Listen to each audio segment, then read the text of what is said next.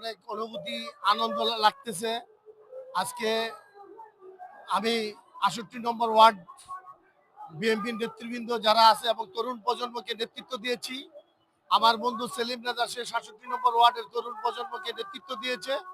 আজকের দিনটা আমরা অনেক এনজয় করতেছি এবং যে তরুণ প্রজন্ম আজকের যে সমাবেশটা আমাদের বিএনপির ভারপ্রাপ্ত চেয়ারপারসন আজকে যে দিক নির্দেশমূলক বক্তব্যটা দিবেন যে আগামী দিনে তরুণ প্রজন্ম যাতে ভোট দিতে পারে এবং আমার গণতন্ত্র আমরা পুনঃ উদ্ধার করা হয়েছে স্বচ্ছ ভোটের মাধ্যমে যাতে জনপ্রতিনিধি নির্বাচিত হতে পারে এবং সারা বাংলাদেশের তরুণ প্রজন্মরা আগামী দিনে দেশের জন্য তাদের কি কাজ কি করতে হবে, কি করলে দেশ ভালো হবে, কি করলে আগামী দিনের তরুণ প্রজন্মরা বিভিন্ন খারাপ দিক থেকে ভালো দিকে আসবে, এই ধরনের দিক নির্দেশমূলক বক্তব্য দিবে।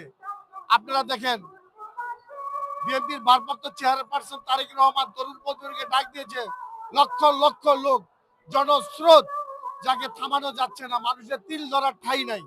এটা হলো আগামী দিনের রাষ্ট্রনায়কের তারেক রহমানের রাজনৈতিক সাংগঠনিক দক্ষতা।